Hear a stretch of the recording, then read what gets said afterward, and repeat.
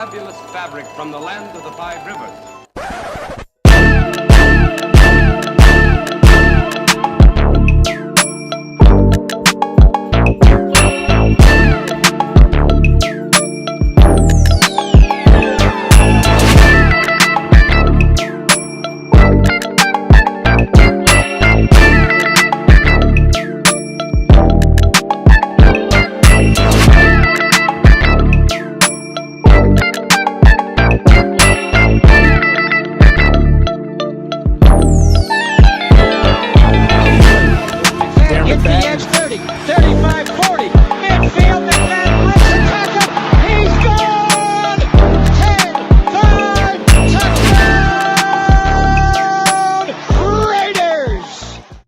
Years ago, when we came to Los Angeles, I really believed that the greatness of the Raiders would be in its future.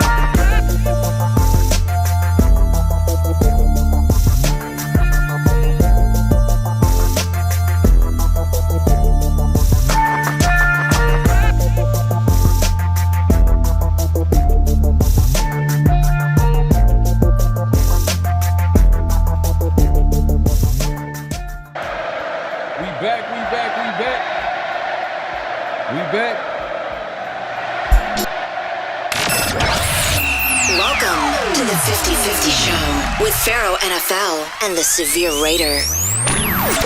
The realest show for Raider Nation. 2 points of view. One verdict. You decide. It's that time, man. It's that time, man. It's that time. 50-50 Show. We're on time, by the way. I'm gonna claim it. I'm gonna claim it right now early. I know people talking a lot of mess in the chat right now, but we appreciate everybody coming through. Make sure to clock in before you do anything. Make sure to clock in, hit that like button, subscribe. If you haven't subscribed, hit that notification bell, all that good stuff. Man, hey, we're going live on both our channels, as you can see it on the screen, the Severe Raider and PharoahNFL. So make sure to like both videos and subscribe, all that good stuff. Man, we got a fun packed show, filled show today, man. We got a special guest. Yes. We Vegas is here. Technically, two special guests. Yeah, two special guests. One's gonna be live, and then one we've been sitting on it, but hey, we were excited to have them on as well.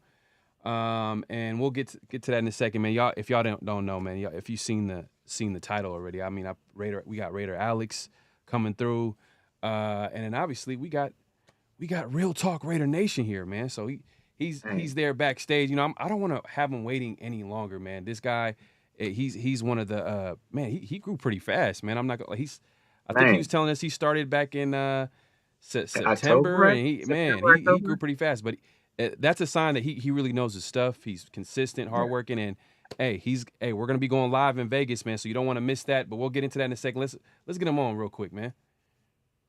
Yes, sir. Yes, sir. What's going on? What's going on, guys? What's going on, guys? I appreciate you.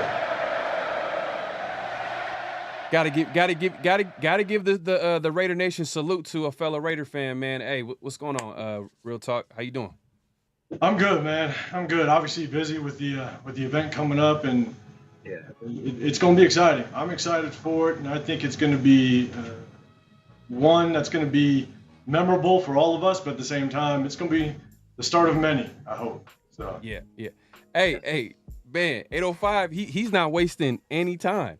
He's No like, time at all, man. He got right. Look, this is what he's talking about, y'all. Like, this is the event that he's talking about. NFL draft party in Las Vegas. Look, April 25th to 26th this week starts. Doors open at 3 p.m. at the Ahern Hotel. Man, look, y'all don't want to miss out. It's gonna be live music, and you know what? I'm just gonna go ahead and I forgot to put something on, but it's all good. But let's get a little sneak preview to what you guys are going to be looking forward to, man. It's a great venue. As you can see, this at the Ahern Hotel. And look, man, it's limited space. So you want to get there as soon as possible. First come, first serve. There's anything I'm leaving out? Like, I know there's going to be live DJ, music, raffles. 805, if you want to fill the people in with what they're going to be looking forward to this Thursday and Friday. this Thursday, I mean, when you guys show up, first 25 to show up, it's going to be, you'll get free or 5 automatic entries into the giveaways, which is going to be exciting. Food and drink specials all day. I mean, NFL trivia, the whole 9. So it's going to be fun. It's going to be fun to say the least. Okay, man. Hey, look, it's going to be a fun event. Man, I can't wait, to be honest with you, man. We've been talking about the draft this whole offseason, and you know why. We need a quarterback. And right. when you're one of those teams that need a quarterback and the draft is here, you're you're thinking about all the possibilities, from the Jayden Daniels, the Michael Penix. Severe is gonna like this, JJ McCarthy. You know what I mean? But hey, but hey, 805, man. What are your thoughts on the Raiders offseason so far? What are the needs and what this team needs? Do you think that they should go all in on a quarterback, or do you think, man, hey, at the end of the day, we should just focus on building this team? And we're not a quarterback away. We don't need a quarterback right now. We should wait. What are your thoughts on that? Because I've been hearing people talk about that. We had to address that last week. Someone left a comment talking about, we don't need to get a quarterback now. We need to focus on, we should focus at right tackle, corner. We can get a quarterback next draft. Do you believe in that? So here's my thing. And when it comes to, we're at number 13, right? So that is a long ways to get up into that top 3. Everybody talks about Jayden Daniels. Jayden Daniels is what everybody kind of wants to target for the most part. Right. And that's a long ways to go. There's a lot of quarterback needy teams sitting in front of us. And so we're going to end up potentially getting into a bidding war, which I'm not sure if we really want to do that. But at the end of the day, if Jayden Daniels does fall a little bit, let's say he gets to number 3, maybe into that 4, which is unlikely, but it could happen. Maybe we jump up and go after and get our guy. But if he doesn't, right? If he doesn't fall, let's say Commanders take him at 2, let's just say, sticking at 13, I'd like to see us go tackle. I'd like us to go right tackle, because at the end of the day, you're either going to have a rookie quarterback under center, you're going to have a Gardner Minshew or Aiden O'Connell, and you got to protect them. And I've always believed build within the trenches. And if you can kill 2 birds with 1 stone, solidify that offensive line, protect the quarterback, and at the same time open some running lanes for those running backs. So I definitely like going right tackle to open up the draft if we stay at 13. Okay. But then, is there a possibility, let's say if we do trade up and get a Jayden Daniels, do you think there's a possibility the Raiders can get a good player if they trade their 2nd round pick? Because recently I seen a trade. There was a trade offer, a hypothetical trade offer, what it would look like if the Raiders traded up and got Jayden Daniels. And it looked like giving up number 13, giving up the 2nd round pick this year, and giving up the next 2 first round picks, 25, a total of 3 first round picks plus a 2nd round pick this year. when you think about it, you're like, ooh, man, who's gonna be protecting Jayden Daniels' right side? I mean, like, it's just kind of like, oh man, if you're gonna give up that much, is it possible to get a good player in the third round? For me, I think if you trade up and then you don't have a pick until the third round, you obviously have to figure out, if we see that happen, in my opinion, I think that we'll end up possibly looking at Thayer Mumford as starting at that right guard position. You know, if you just kind of think behind the scenes, if we don't think that we need to address the right tackle position in either the first or second round, then maybe Thayer Mumford's the guy. Maybe that's who we roll with. You know, because I do think in the third, fourth round, you can find yourself a really good guard, a right guard to solidify that O-line. So I think if we trade up, we might find ourselves in a situation where, Thayer Mumford might be the guy.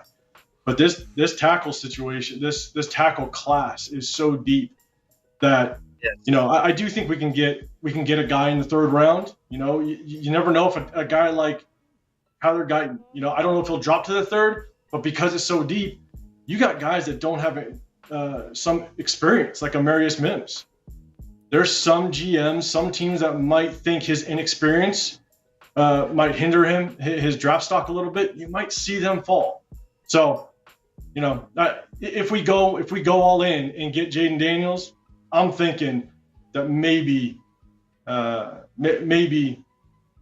Mumford is looked at a little bit more as a starting option. Okay. But then also we also got to think about that just the entire right side. I mean, like, it's not just right tackle, that right guard spot too as well. So the Raiders, they're gonna, if they do trade up, you know, they're gonna have to find some creative way to upgrade that right guard spot, that right tackle spot, whatever they decide on. They're gonna have to figure it out, especially because they do have other needs. I mean, we didn't even get into like the defense, corner being a position where they can add some depth. But yeah, man. So, you know, just looking back at the offseason, man, like what were your thoughts on free agency? Did you like that the Raiders were super aggressive, or do you felt like, did they target the right guys, or do you think they should have probably been a little bit more aggressive at getting some guys in free agency? Because it felt like after Christian Wilkins, it just died down.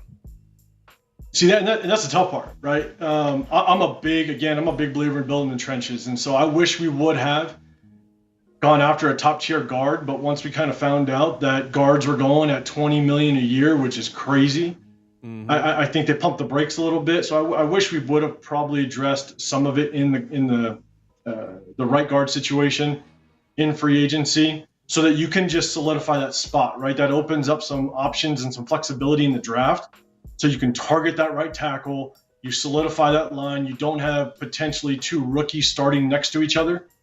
You know, that's the worst case scenario for me, is if we have a rookie under center, if we have Aiden O'Connell or Minshew starting, I don't want to see a right guard and a right tackle, both rookies, starting right next to each other. You know, you want a veteran next to one or the other to kind of help with that learning curve entering into the NFL. And so I wish we would have addressed the right guard situation, but you know, I think that at the end of the day, we set ourselves up that if we couldn't get the quarterback that we want, you know, Aiden O'Connell, he can battle. Gardner Minshew, you know, he's good enough with the defense that we have. I think that he can, you know, he can do some work. I'm not saying that he's going to be the next quarterback of the future, but I think he can do some work and balance out the defense that we have. So. Yeah. So in terms of guard, right? 'Cause I know they technically made two transactions at guard. You know, they brought back Jordan Meredith, and they also brought in the guy from Chicago, was Cody Whitehair. Yeah. So I think those are two guys who, in a zone system, right? And you know, what traditionally we know, what's been true about zone system guys is that it doesn't require high-level athlete. I mean, high-level guys with like the big bodies, right? The super big guys. It's you know, predicated on quick guys, agile guys who understand blocking angles and who know how to work together to execute, you know, in that scheme. So traditionally, like, you know, Mike Shanahan for years, he built great offensive lines or great run games with guys who are essentially no-name guys. And so do you think that's a formula that Tom Telesco might be trying to go with as well? I think so, because if you think about it, at the end of the day, we're leaning towards a running back by committee type of system. And I think there's much more flexibility, whether it be picking up at someone in free agency later in the draft, or addressing it within the undrafted free agents. I think that finding a guy that has a little more agility to him that could fit that zone scheme is much easier when injuries happen. And we all know injuries happen, right? That power run scheme is a little tough because you don't really find those Derrick Henrys. One of my guys that I'd like to see us target in the draft, if it falls to it, is Braylon Allen. Braylon Allen out of Wisconsin. He could maybe balance out this backfield. You got that 6'1", 225-pound bruiser that's kind of change of pace. But I like the fact that Luke Getsy's bringing his own scheme to this offense and providing that flexibility when it comes to choosing the running backs that sit in that backfield. Yeah, right before we get back into it, man. Hey, man, my guy Raider Smoke knows how to. He knows how to start it off, man. How I gotta kick it off with the super chat, man. My guy, man, I appreciate it as always, man. Always showing love, man. My guy Raider Smoke. Hey, Raider Smoke, you better be in Vegas, man. Come find a way. Bro, find a way, man. Zima's on me, brother. Zima's on me. Got you. Zima's. Yeah, it's a free event, free parking. It's gonna be fun, man. It's gonna be a whole bunch of Raider fans, NFL fans at the end of the day. And it's going to be an exciting event to watch what top players in the draft go to what teams, because it's been a lot of smoke, man. And no pun intended, Raider smoke, man. It's been a lot of smoke. And what would you say is probably the biggest smoke so far this offseason as it pertains to the draft? Shoot, man, is that one for me? I mean, hey, whoever wanted, I already know what Severe's going to say. So this one's for you, man. 805, man. I already know where he's gonna go with it. He's texting me all the time like this dude is not that good, but I'm gonna let you answer this one. Man, biggest smoke. Let's go. Let's do this. That's a tough one. Severe, I'm gonna let you do this. Let me think about it for a second. All right, Severe. Let's hear it, Severe. I already know where you about to go with it. Man, you guys already know who I don't like in the draft. That's Justin Fields. I'm back at you, brother. You ain't got to wait for me. You ain't got to wait.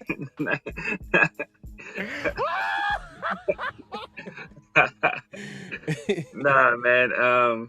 But I think JJ McCarthy is a hype job. I think JJ McCarthy is a tremendous hype job, man. They are, and I feel bad for the dude because I think they are building him up. And he is going to have a tremendous tumble, and I think it's going to be very humbling. And he seems like a good dude, right? He doesn't have, in my opinion, the instincts to play quarterback in the NFL. He barely had the instincts to play quarterback at the collegiate level. He won a national championship game throwing for 154 yards against a pretty porous Washington defense. And a team that, ironically, Bo Nix, basically had his way with in 2 games. So if you can't outdo Bo Nix with a professional head coach, coaching your team, with a great offensive line, with a great running game, when you can just hit them with play action all day, I mean, it's like I just don't think the guy is cut out for the NFL, man. I think he is going to be he should be a second-round pick. I think, because he's a winner. And he has intangibles, and because he's somebody that owners and coaches would like to have dinner with, and he'll make a good impression because he's charismatic, I think he's going to get pushed up, but he's not a guy that should be drafted in the first round, let alone in the top 10. All right, man. Hey, man. All right. Go ahead, 805. All right, I'm ready with mine, and I hope this sparks a good little conversation. I think the guy is being overhyped, and I'm not saying that he's going to be an absolute bust. Better watch you say it, 05. You going in the direction I think you're going. I'm doing it. I'm not going to say he's going to be an absolute bust, but I don't think he's going to live up to the hype is Michael Penix. Oh, bro, cut this man, cut his mic. Cut his man. All right, here we go. You ready? I've sat there. I've watched a ton of film on Michael Penix. I've watched 6 games, every snap, every passing snap, and look, he's got a live arm. He is very accurate downfield. The tough part is he's got accurate throws, but he also had some top tier receivers that won a lot of 50-50 balls.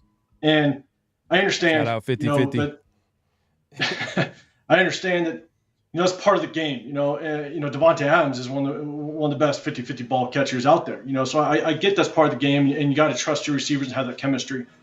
But the one thing that really bothers me when I watch him play is that I think he relies way too much. He's got such a strong arm. I think he relies way too much on his arm to do the work. He doesn't get himself in good positions to throw the ball when the rush is coming. And even at times, even if the rush isn't coming, I think because he has such a strong arm, he doesn't get his body in enough position. When you do that, you compromise your accuracy. And I saw that quite a bit when he's trying to make those throws to the sideline. Those high-level throws that you're going to have to make as a pro. There's quite a bit on film where they're high or they're far outside. And I think what's going to happen is when he does meet, and the closest thing we have to an example, take away the injuries. Okay, I understand that the injury talk is there, but you look at the Michigan game, and he looked like he aged 15 years in that game because they beat him up so bad. And my thing is that an NFL defense is going to come at you. They're going to put you on the ground. They're going to hit you. And there was a lot of times in that game where he was just relying on his arm to make that throw, to get the ball there. And there was a lot of times where he was late on that throw. And so that's where, to me, if I can just take what I've seen on film, and do I think he could be a middle-of-the-road quarterback in this league? In the right system, I think so. But I just don't see him being possibly that top 5 quarterback that some people out there are really saying that he could be. So let me ask you this. Top to bottom, who was a better team, Michigan or Washington?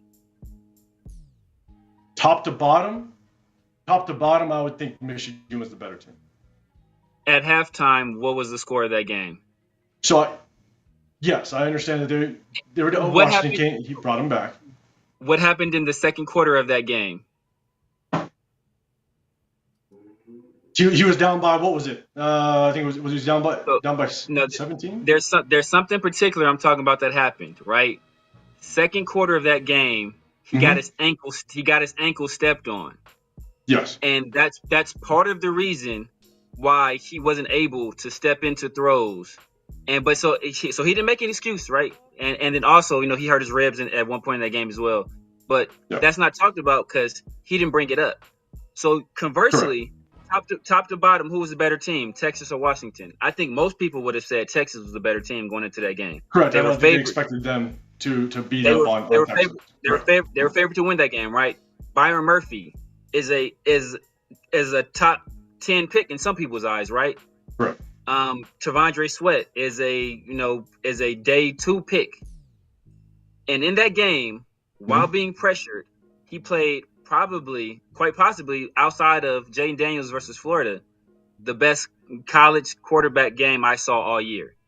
Better than anybody, better than JJ McCarthy, better than Bo Nix, better than Drake May. Outside of what Jayden Daniels did to Florida, that was the best exhibition of college quarterbacking I saw. So I think it's a situation like if you look at what CJ Stroud did against Georgia that last year, right? In a loss. Now, if Michael Penix puts on that same performance against Texas and he loses that game, where is his stock? He's well, if he loses that game, if he loses that game, his stock is still high because he played an incredible game. Correct, because he doesn't play Michigan. Correct. He doesn't play Michigan. So the 2 things people point to is that against a team he was clearly overmatched against a team that's full of players on defense that are going to be drafted, Mike Sinistrio and Chris Jenkins, like all those guys. You got top to bottom. Those guys, a lot of those guys are going to get drafted, and a NFL head coach, an NFL defensive coordinator. He lost. And so I think if you remove that game and just look at where his stock was after the Texas game, people were saying he's a top 5 pick. So if we're going to allow 2 years of some of the best quarterbacking we've seen of anybody, right? He's the last player since Patrick Mahomes to go 4,500 2 years in a row. And he took a Washington team that was 4-8, took them to the national championship game. So I think that if all we can point to is that Michigan game, I'm perfectly fine with taking him. If you want to ignore all of his lights out play and just point to that one game, I think you can't cancel that out. I think that can cancel out 2 years. I agree with you. The only thing that I take really from that Michigan game is one, literally how beat up he did look at the end of that game. That's the one thing that I took, because he did look like he aged 30 years just against that Michigan defense. Again, it's the closest thing we can get to a pro-style defense, him going up again. But I also looked at multiple games in the past. I watched when he played against Oregon. I watched multiple games, and I saw the same tendencies out of him. And there was a lot of times where his receivers were able to bail him out because of some of the inaccurate throws. And just based on what I've seen over the years with quarterbacks is when quarterbacks do just strictly rely on their arm to make the throw, their accuracy starts to diminish. It really compromises their accuracy. And I think he's going to come across a lot more situations like that in the NFL, to where he might rush his throw. He might find himself out of position. He might try to depend too much on his arm strength, because he's got a strong arm. And that might find himself in a situation where just his accuracy goes down. And we know how it is in the NFL. Corners, safeties, they close a lot quicker on the ball in the NFL than they do in college. And so, to your point, I mean, everything that you're saying is correct. But if I look at just the mechanics and how history tells us that translates to the NFL, that's where I struggle. That's where I struggle to think, is he going to be that top 5 quarterback potentially that everybody's talking about? And look, I think CJ Stroud found himself in a really good situation. He found himself with, who's that, Slowick, the offensive coordinator over there in Houston. Yeah. No, he's proven himself to be a good offensive coordinator. You marry those two guys up, and they found themselves in a good situation. I'm a firm believer that quarterbacks are a product of the coaching and the system. It's like if back in the day, if Patrick Mahomes was drafted by the Chargers and had Staley as his head coach, would he still be Patrick Mahomes? It's hard pressed to think he would be. And so, if Michael Penix found himself in the right situation, in the right system, I think he has potential to thrive. But I just look at the mechanic side of it, and history tells us that doesn't transfer well. So that's just why I think that he might be he might not end up how guys, the NFL analysts think that he might. Yeah, man, it's one of those debates, man, especially injuries and trying to project certain players. The draft it's really a crapshoot. I mean, at the end of the day, like, you really don't know for sure, because if you look at some of the, how long some of these players' careers are on average, how many first round picks actually make it, it's just like, it's a perfect combination of you have to have the right amount of talent, you have to go to the right situation, you have to go to the right system, and then everything can work out. Like Patrick Mahomes, as talented a quarterback he is, Severe was just telling me before the show, Raider fans, you don't want to hear this, but Andy Reid just signed an extension. You know what I mean? So, that's part of some of the success that players, or some of the, infrastructure that players need. It's just not being just talented. I think everybody in the NFL is talented. We can all agree on that. Like, they dominated high school, college, and then finally got to the NFL, the pros, and they're still talented. It's just at the end of the day, like, some guys are maybe harder workers. Maybe this guy has the right coach that believes in him, right system. So, at the end of the day, we can go back and forth. But, hey, Paul, hey, you know what? Real talk, I appreciate you coming through. We do have another interview coming up. But before we let you go, man, hey, look, Raider Nation, we got to make this announcement again, man. This is a huge announcement that we got to let you guys know, man. Look, draft party this Thursday and Friday, man. Thursday and Friday. Because come on, round 2, that's where you find the hidden gems. So we're gonna be here for round 2. We're gonna be here for round 2 and round 1 on Thursday. And the doors open at 3 p.m. You see it on the screen, Ahern Hotel. Man, it's gonna be food and drink specials, VIP specials. It's free. It's free admission. You ain't got to pay to get in. You can come in. Free parking. You don't got to worry parking in Vegas. You got to take that, man. But hey, real talk, man. I appreciate you coming through. Any last thoughts on what Raider Nation could look forward to this week for this event? And man, the draft. Hey, you know what? This draft, it's going to be fun, right? We have the number 13 pick, and there's so many rumors on whether or not we're going to move or not, or maybe we drop back. I'm not opposed to dropping back a couple spots depending on what tackles are sitting there. But I think there's a good chance, and one of the things that I'll add is what's going to be really interesting about this draft is Antonio Pierce. He wants his guy. We all know he likes Jayden Daniels because of the history. Is Tom Telesco going to be on the same page, and are we going to jump up and potentially get the guy? Because we all know Jayden Daniels ain't going to drop to 13. That's not going to happen. But it'll be interesting. I think from picks 1 to 13, it's going to be the anticipation is going to be crazy if we start to see Jayden Daniels drop a little bit. And is AP kind of in that win now mode, and he wants to make that big move and bolster this roster, or is Tom Telesco knowing that he maybe has some security for the next couple of years and says, hey, I want to build, and so he's going to take his time.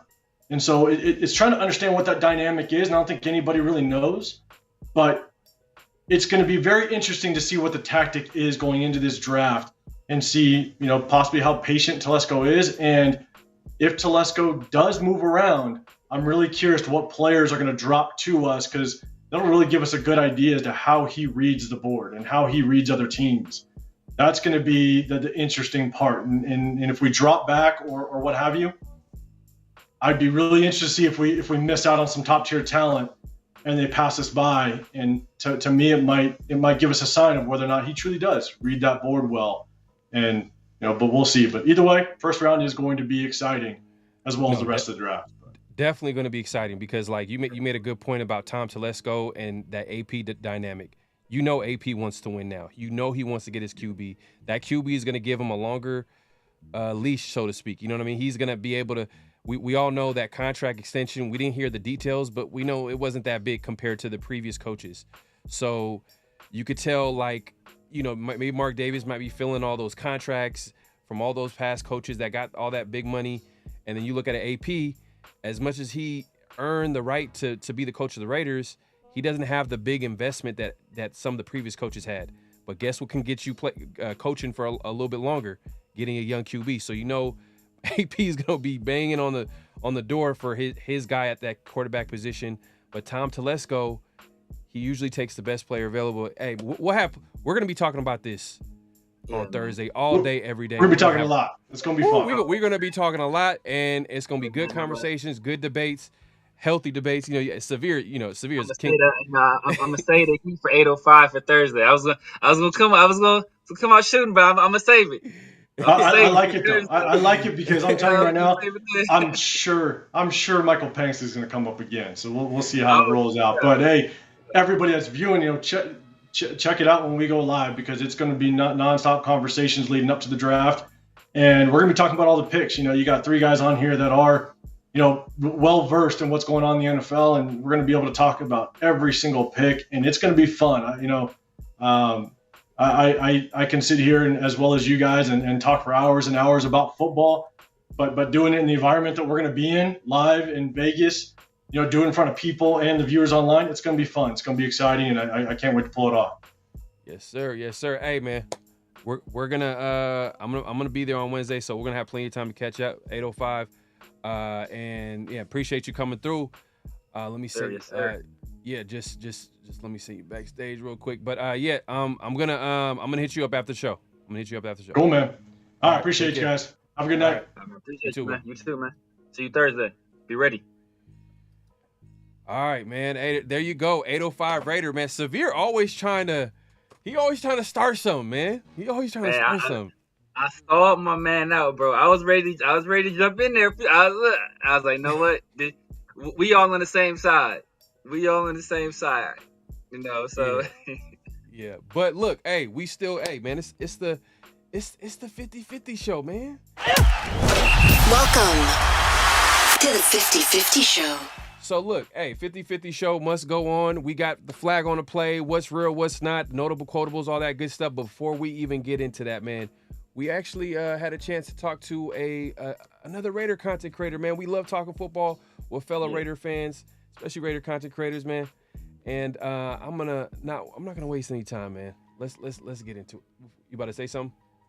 I said, my man D Mokes, he had a question for us.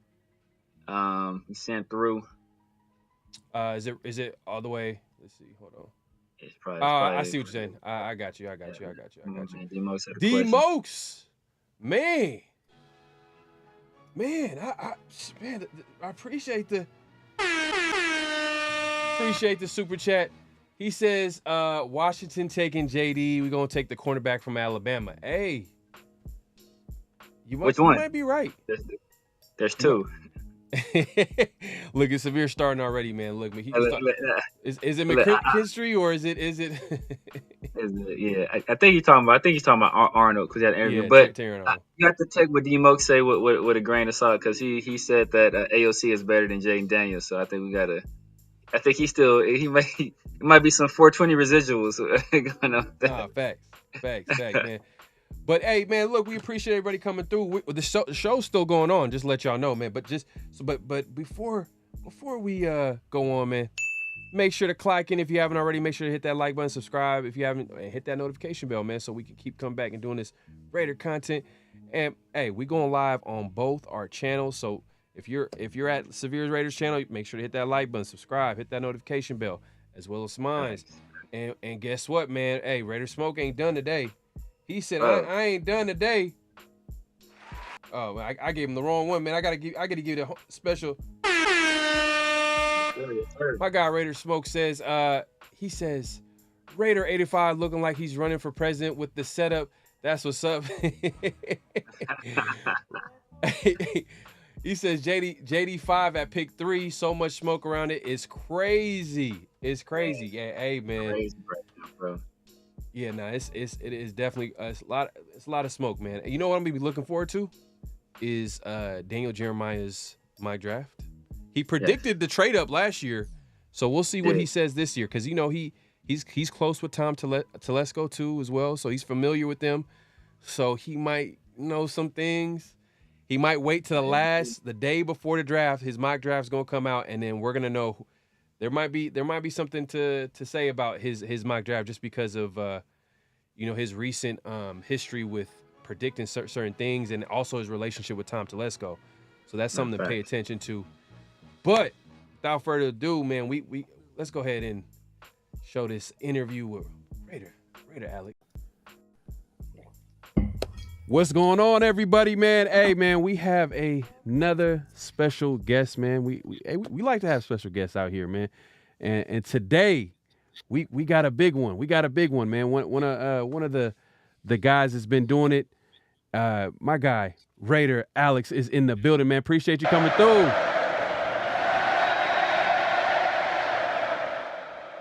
What's going on, Alex? Hey, man, how you doing? Hey, I'm doing good, bro. How are you guys doing? Solid, bro. Solid, man.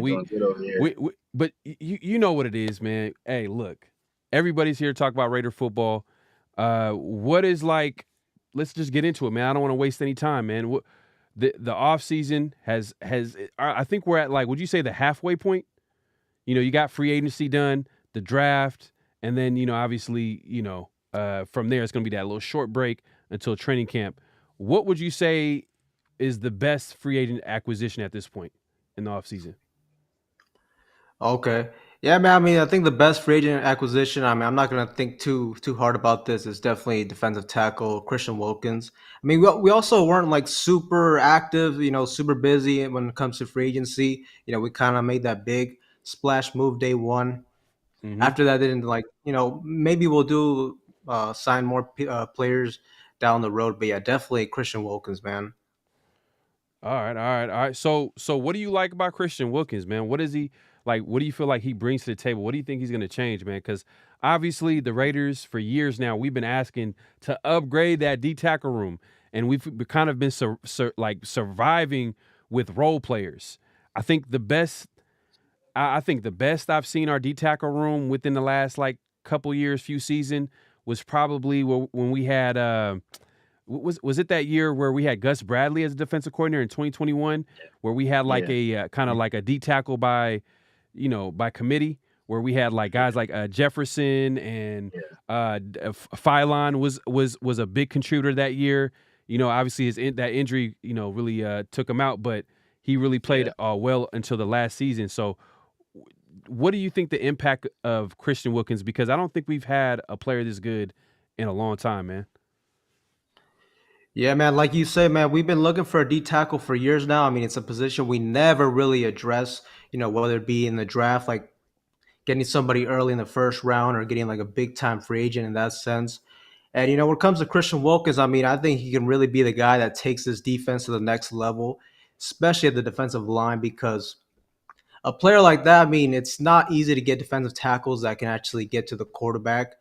He's really quick off the line. I like his uses of the hands, and he does a good job, in the run support as well.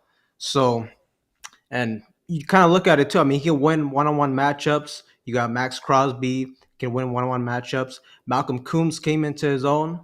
So, I mean, the way I look at it, you get a true presence at the defensive tackle spot. This defensive line could be legit moving forward. And, it's just going to trickle down throughout the whole entire defense, It's going to make the linebackers look good. It's going to make the defensive backs look that much better as well. So, man, I'm super excited about the pickup of Wilkins for sure. Well, I mean, Severe, if you got something for him, but I was going to say this real quick. What player do you think probably gets? I guess I would say what player do you think gets feels that impact the most on that D line? Because you mentioned Malcolm Kuntz. Obviously, Malcolm Kuntz was a big surprise player last year. We always knew that Kuntz has that talent, but it just for some reason it was just taking a while for him to put it all together to get his sacks. You know what I mean? Sometimes they come in bunches, but with Kuntz, he kind of really stepped up that second half of the season. Would you say he was the guy? Would you say that he's the guy that benefits the most, or do you feel like it's somebody else on the D line that will benefit the most? Also, who do I think is going to benefit the most from Christian Wilkins coming in? Right. I think that's a good question. I think most it's going to benefit Max Crosby the most. I mean, you get another guy that just can actually get to the quarterback. I mean, Malcolm Kuntz can get to the quarterback as well. I mean, don't sleep on it. Potentially helping out Tyree Wilson as well, because now Tyree Wilson, I mean, he's a guy that's physically very gifted. He's super strong, and you kind of put him in a position now where he doesn't necessarily have to. It's a little bit of weight lifted off of his shoulders in a sense where, because I mean, last season people were already killing him because he started off the season super slow. But now you got a guy like Christian Wilkins. I mean, he doesn't have to be a starter in that sense. With Tyree Wilson too, I mean, we still don't really know if we're going to completely use him as a defensive end off the edge, or if he's going to get more snaps at the D tackle spot. And I mean, just now, I mean, you can just kind of figure out where you want to, put him in the defensive line and the rotation. So, I think it's going to help out a lot of different people, but I would say probably Max Crosby the most, and then don't sleep on Tyree Wilson as well. Okay. No, I can rock with that too, man. Because man, Max probably sees a whole lot of double teams, and it's crazy how that D tackle position is overlooked, but the impact is so huge when you have one of those guys, that top 10, maybe top 5, because automatically we all know QBs, the pressure they hate the most is pressure up the middle. So if you got a guy that can do that, obviously offensive coordinators, teams, they know that pressure up the middle is very important. So if you got a D tackle like a Chris Jones for Kansas City, for years with the Rams, Aaron Donald, automatically you got to double that guy. And that means the outside guys. So Max Crosby, I think he's still going to get doubled, but I think that he's probably going to see a lot more one-on-ones. There's going to be a lot more one-on-one opportunities because if Christian Wilkins is killing the guards inside or the center or whatever, whoever is in front of him, then you have no choice but to double team Christian Wilkins at D tackle. So that means just by, the impact of Christian Wilkins, a guy like, I agree, Max Crosby, he's going to destroy those one-on-ones. He's going to eat, bro. He's going to eat, man. But yeah, man, hey, I couldn't agree more as far as Christian Wilkins being the big impact free agency at the end of the day. Like, that's kind of like the obvious thing. It's kind of the obvious thing. You don't think it was Gardner Minshew? You don't think he was? Hey, man. Oh, bro. Uncle Rico. Man. I mean, Gardner Minshew is, he's all right, bro. I mean, he's probably like one of the best options we get at the backup quarterback position. But, ultimately, that's what I see him as, a backup. I don't know what you guys think about Minshew, but, Yeah. Yeah, nah, I agree. I think backup, high-end backup, low-end starter. That's the way they view him. He's not like the guy that you see as a future. That's why, like, when you look at Gardner Minshew's contract, and you be like, okay, that makes sense to a certain extent. Like, maybe, possibly, he might start, but also he could just be a highly paid backup. But when you look at like what Jimmy Garoppolo got. Oh yeah. Oh my God. I'm telling you, that has to be, people don't talk about it enough. One of the worst contracts I've ever seen given to a player with the history that he's shown. Like, usually when teams pay for a player, they're usually healthy. You know what I mean? Like, and they're usually productive. Garoppolo, in my opinion, like, he wasn't super productive because he had a really talented team. And on top of that, like, he was always hurt.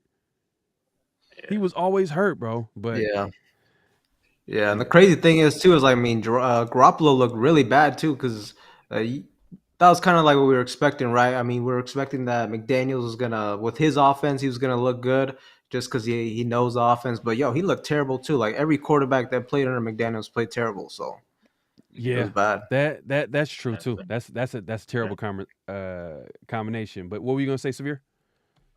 No, I was saying, yeah, man, that's a horrible contract. It's not quite as bad as the contract that the Saints gave to Derek Carr, but it is still a bad contract. Oh, he went there, bro. He went there.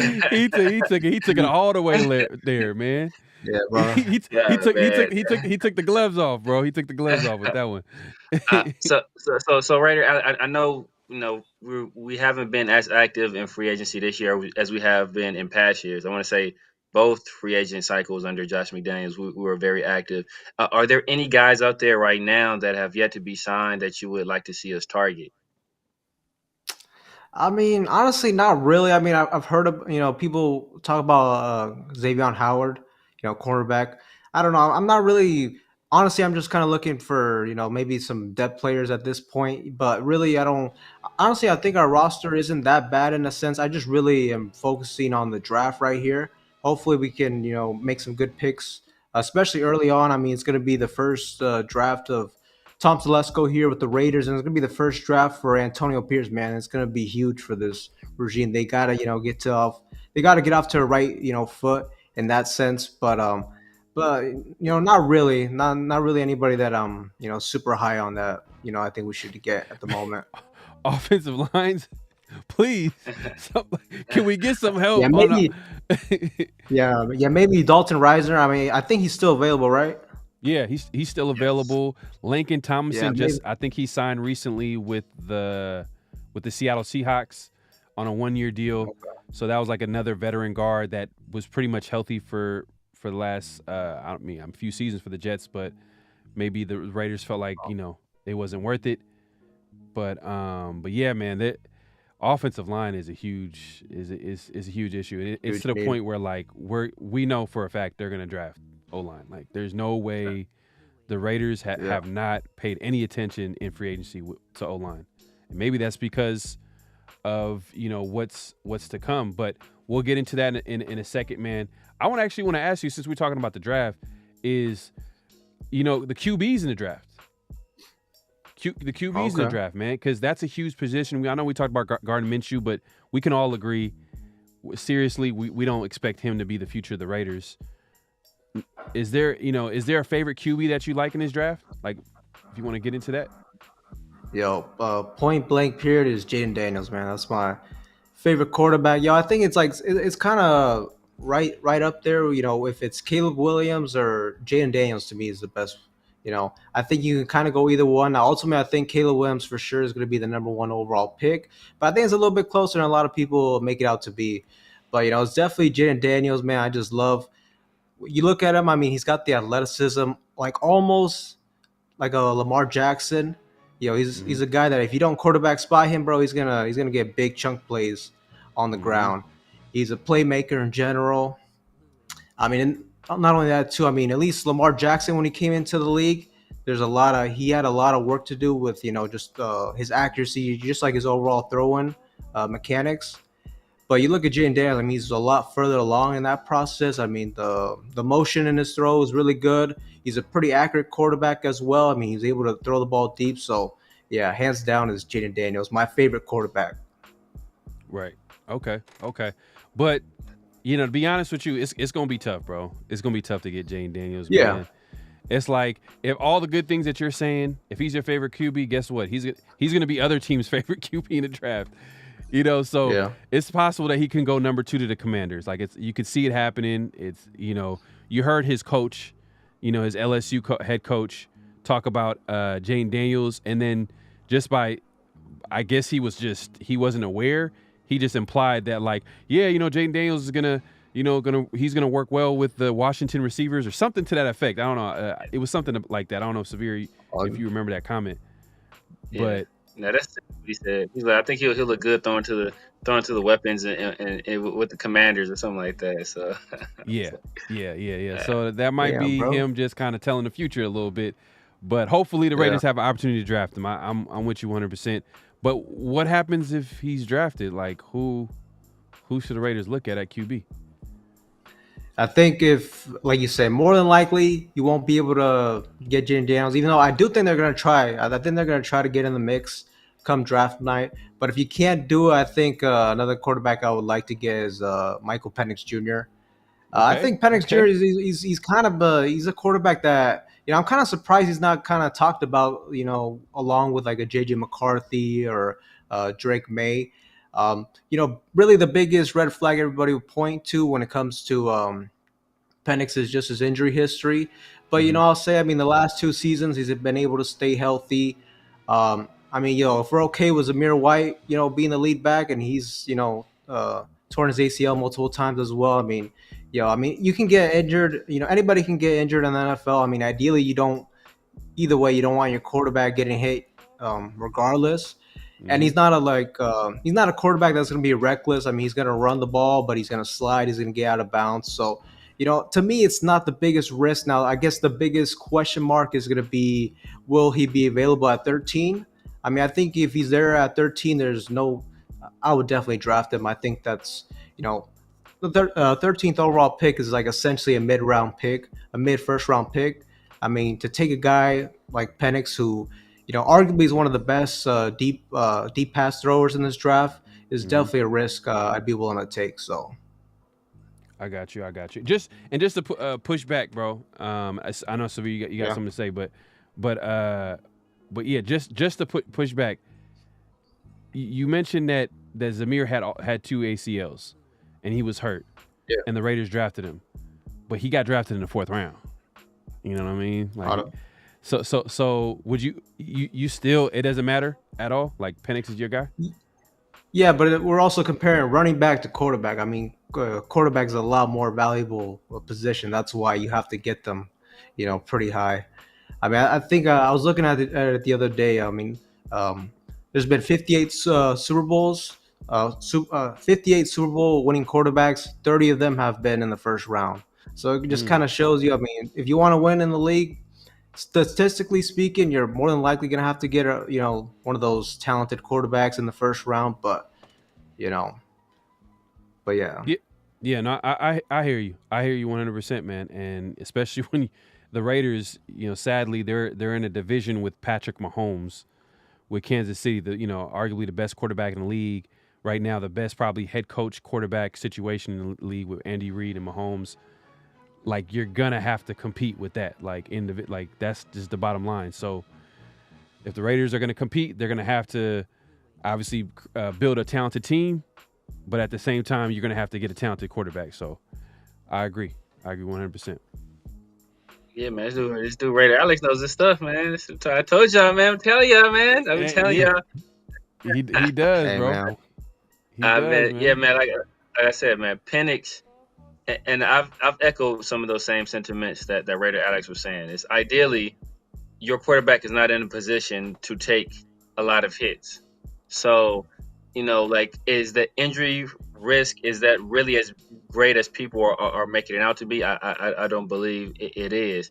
Jimmy Garoppolo is a guy that was known to take hits. So I think they have a little bit of like fear because we just came off of Jimmy Garoppolo was a guy that was oft injured. But Jimmy Garoppolo was known in the past to be a guy who will stand in there and take hits and take lots of punishment. We saw over Michael Penix's last 2 years at Washington, where he took over a team that was 4-8 prior to him getting there.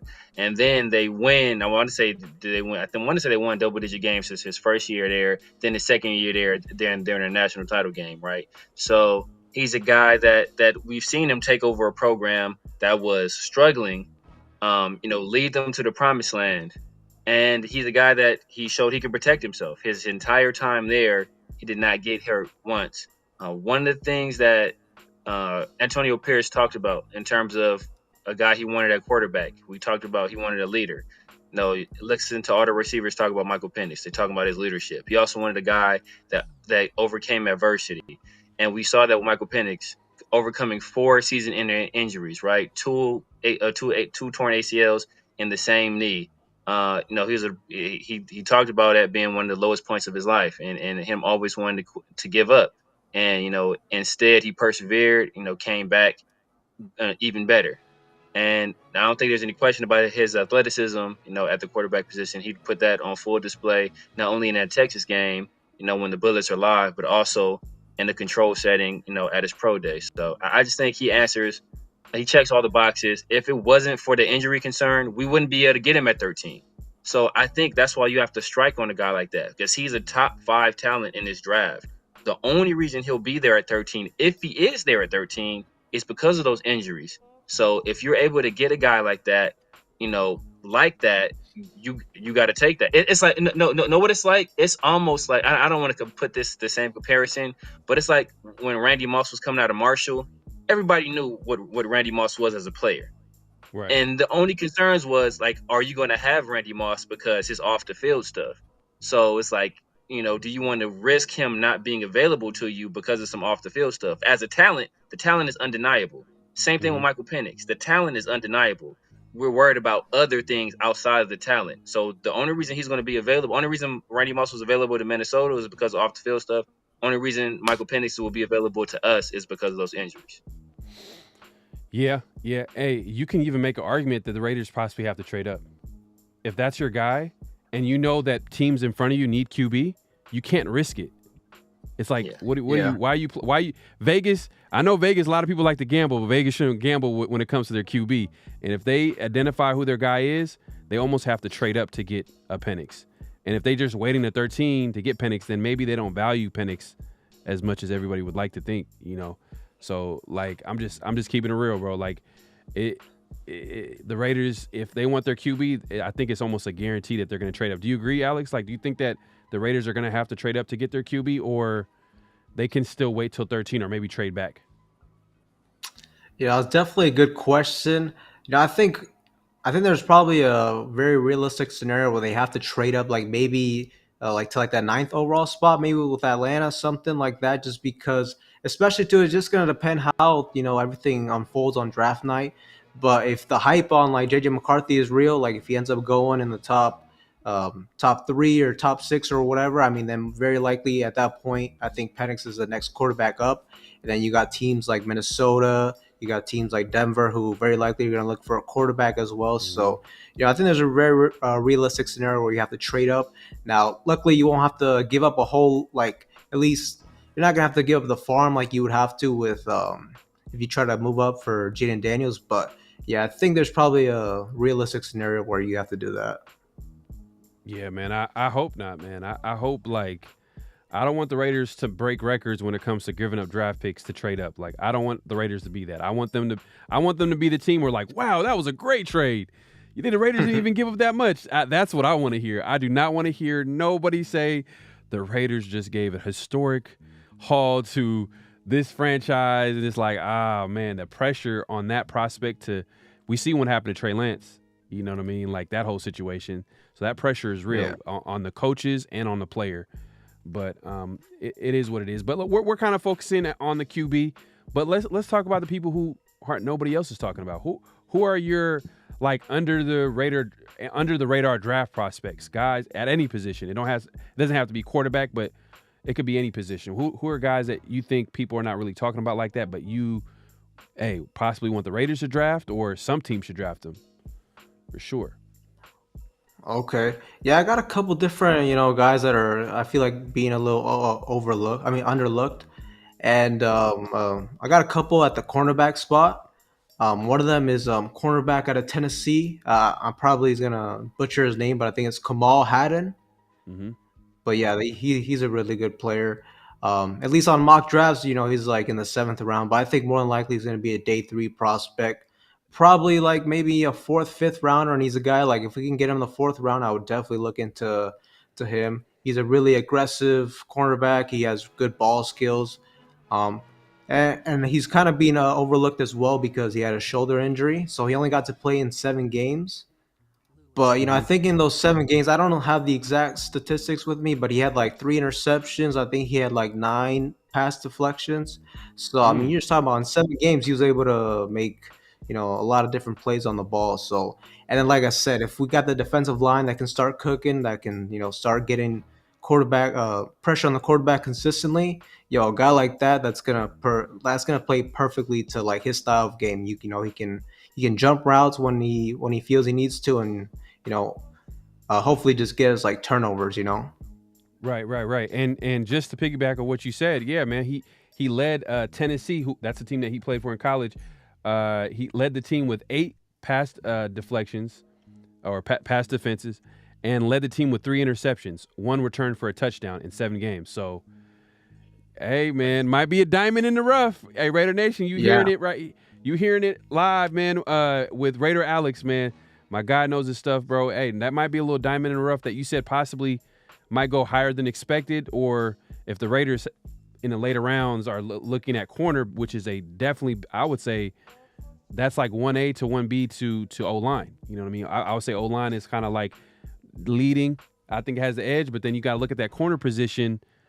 We might need we need some depth for sure, especially someone that we can develop to be that number 1 corner. But let me ask you about a guy that's already on the team too, and he's a guy that the Raiders drafted last year at corner, Jacorian Bennett. What do you think about this player? Like, I know it's off topic, but what do you think about Jacorian Bennett, man? Like, do you see him being a contributor on this team, having potential to develop into a solid corner for the Raiders, if not starter?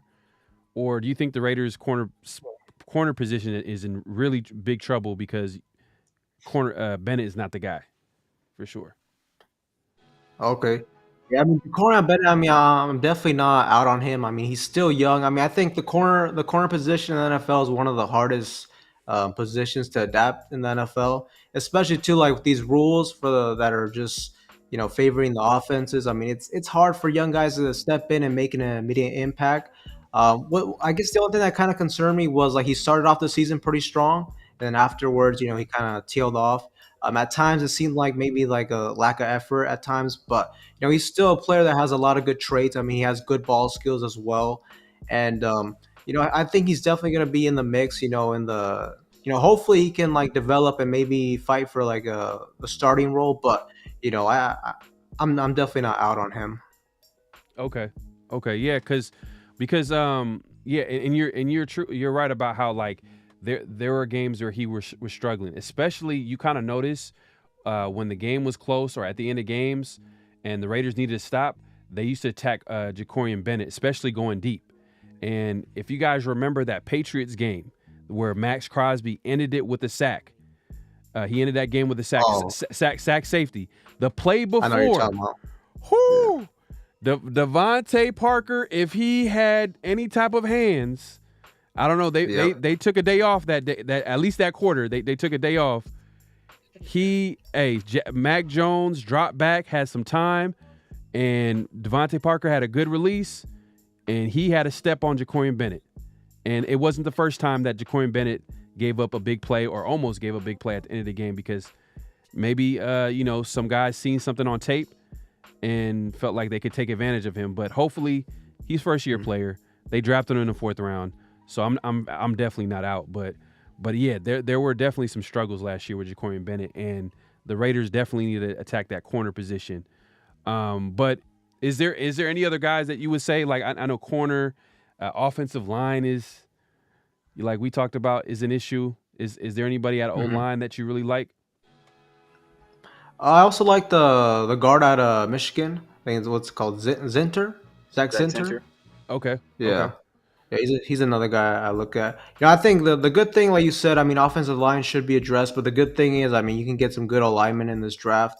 Ideally, at the right tackle spot, I'm hoping we either get somebody at the 1st round. Ideally for me, if Talisi Fuaga's there, Oregon State, if we can get him. And then if we don't draft a tackle in the 1st round, I say try to go for them in the 2nd round. Another guy maybe you could look at is the tackle out of Washington, then Rosengarten. Okay. Yeah, the right tackle in Washington. Yeah. Okay. Yeah. Or and that'd be a tackle? cool little scenario too. Oh, he was right tackle. He was right tackle. Okay. But for Shandu, is there a left tackle? Okay. Yeah. Okay. And that'd be a cool little scenario too if we drafted Penix and then we get his tackle in college, reunite them. So, but we'll see what happens. Hey man, I said China. I mean Troy Fontenot. Troy Fontenot. Yeah, I always get those two mixed up. Troy Fontenot. I think yeah. You're right. I was like for a second I was like, wait, Fashanu? Fashanu is Penn State. Hey, we didn't correct you in time though, man. We just quickly just moved on and everything. Hey man, Severe's a real one, bro. He's a real one. He's gonna come back and be like, you know what? I got that wrong, man. I got that wrong. I had to make sure I got it right. Got to correct the record for Raider Nation. For sure. Yeah, man. So I like where your head is at as far as like the O-line. Like I'm sure you're also taking a look at it because if you think about it, like we don't really know how this draft is gonna shake out. Like, are the Raiders gonna trade up and then give up a lot of picks to get to that top spot? So then our whole from 1st round, do we have a 2nd round? I'm hoping this. If the Raiders trade up to, let's say, top 3, top 5, I just hope they don't give up that 2nd round pick this year. Mm-hmm. You know what I mean? If they really want to compete this year and try to make a run and try to have a winning season or at least have that chance, like let's get an impact player in that 2nd round along with that quarterback. It's going to be tough because Minnesota got that extra 1st round pick, and they're going to throw that in. They're going to throw that on there. So that means that if they're going to do that, in order for the Raiders to surpass that, they either have to have another 1st round pick this year that's higher, or 3 1st round picks. Yeah. We talked about it the other day, Severe, with Big Mike. We talked about how this is similar to the 49ers. When 3 straight quarterbacks, I think that was the last time the 49ers traded up to go get Trey Lance at number 3 overall, and they had to give up 3 1st round picks to do that. So, are you doing it? Are you doing it for Jayden Daniels for 3 1st round picks? 3? You know how I feel about Jayden Daniels, man. You know how I feel about Jayden Daniels. I'm doing it. Hey, look, bro. Look. Hey, after picks, bro. You're asking me would I trade Cleveland Farrell, Jonathan Abrams, and Josh Jacobs for Jayden Daniels? Oh, bro, you better believe it. I'm packing for him. but at the same time, we can't have that mentality. I know Raider Nation has gone through all types of trauma, all types of like, man, we've seen everything as Raider fans. But like, we can't have that attitude like, oh, we drafted bust all the time. Like, who cares about that 3 first-round picks if we can get our quarterback in the future? Which I agree to a certain extent. But there has to be a price in your head that you'd be like, that's a little bit too much. I wouldn't do it for that. Because we all know all the successful teams were able to build their team through the draft. And if we don't have first-round picks, if we don't have the draft picks in order to get the players to come to the Raiders at a small, like pretty much at a premium contract, meaning a cheap contract, and be productive, because that's what makes those teams really good is before they get paid, before those extension comes in. That's when it's like, oh damn, bro, you can have the talented D lines and the secondaries, but once they start getting paid, that's when you start seeing the Legion of Boom getting, this guy signs somewhere else. This guy goes over here. So kind of like, but hey, when you have that quarterback, but to y'all point is when you have the quarterback, that's the most important position on the football field. Like look at Patrick Mahomes in Kansas City, bro. Yes. Yeah. Well, I guess the question is too. I mean, do you think we're a quarterback away from being a legit, contender?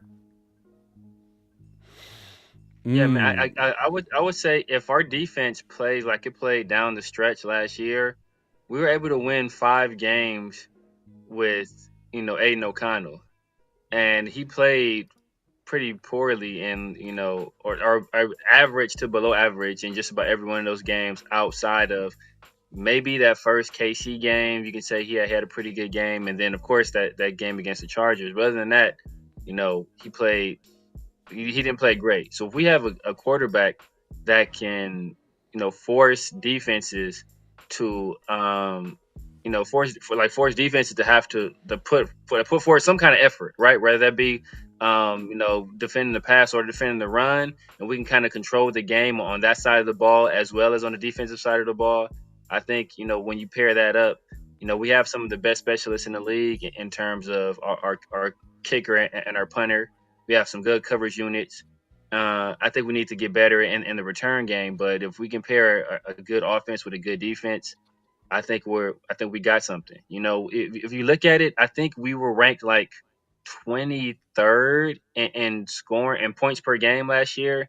But if you take out that 63-point game and you divide what we had by 16 games, that drops our rank to 27th in the league out of 32 teams. So that is, and I think we were scoring like it'd be like 17 points per game or something crazy like that. So we're horrible as an offense. In terms of yardage, I think we were like 26 or something in the league in terms of yardage. Like we're not a good offense at all. Mm-hmm.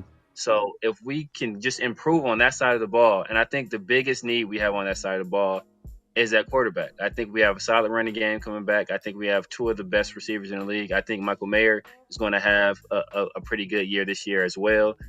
So I think that the main thing is, you look at is that right side of the offensive line and quarterback. Yeah, facts. But man, to your point about the Raiders offense, man, all I gotta say is 3-0. That's all I gotta say, and just walk away. You know what I mean? I don't have to say a word. You already know, like, the Raiders lost a 3-0 game. I witnessed that in today's NFL, where the league is, they're trying their hardest. Like, come on, score points so we can make more money. You know what I mean? Like, come on, like, it's obvious that the rules are kind of are made for the receivers to get open, for corners to get flagged. Like, they're literally, bro, like, it's and we the Raiders lost a 3-0 game. That's how bad the offense is and what makes it so bad, or I would say last year, what made it so bad is because we were like, wait, we got Devontae Adams at receiver, Jacoby Myers, Michael Mayer looked like he could be something at tight end, Josh Jacobs, and we're one of the worst offenses in the NFL. Man. McDaniels deserved to get fired. He deserved it. But But yeah, man, Alex, man, great show. Appreciate you coming on, man. Hey, look, Yes, y'all sir. see it on the screen. Raider Alex. Make sure to subscribe to his YouTube. All over social media. Is it Raider Alex?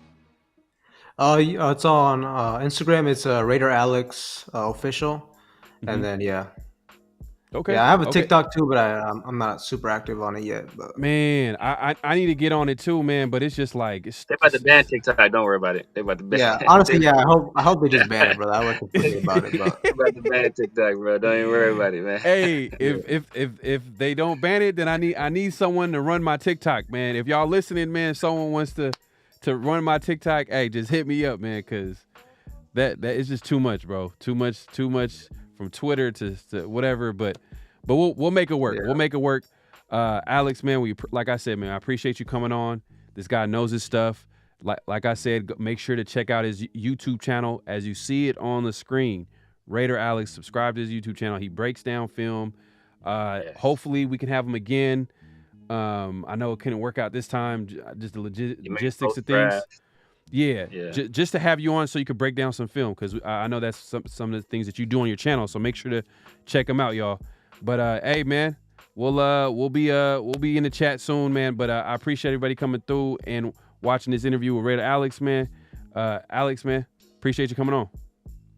hey, man, thank you guys for having me on, man. Salute to you guys, and I love the show. Keep it up, man. Appreciate it, my guy. All right, man. All right, y'all. We are back, man. What an interview. Big shout out to Raider Alex, man. Big shout out to Raider Alex, man. Appreciate him coming through. Welcome to the 50/50 Show. We are back, man. Hey, we've been doing interviews left and right, man. We just had Real Talk Raider Nation, and then we had Raider Alex. We've been sitting on the Raider Alex interview. Last week I was out of town. I couldn't really make it happen the way I wanted it to happen, but we made it happen today. So, we had Real Talk with his takes on what's going on with the Raiders. We got Raider Alex with his takes on going on with the Raiders. But now it's time for the 50/50 show, man. Like, hey, look, we do it every Monday at 8 p.m. Today, I think today we were on time. I think it counts that we went on time today, man. But 8 p.m. ish.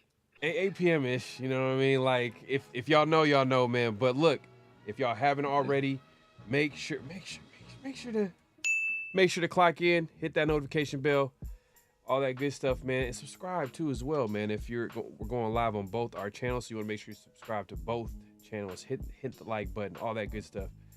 Man, but let's get into it, man. Look, this is one of our favorite segments of the day, man.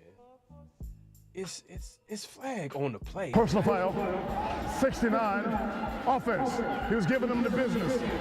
He was giving them the business, man. So, Severe, let the people know the business, for real. Let the people know what's going on in this flag on the play this week, man.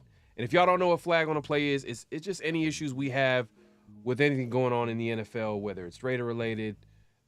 It doesn't matter. We'll talk about it. And if you guys have any ideas, man, hit us up on IG, man. If you guys find a flag, hey, send us a message, and we'll make sure to include it on the show.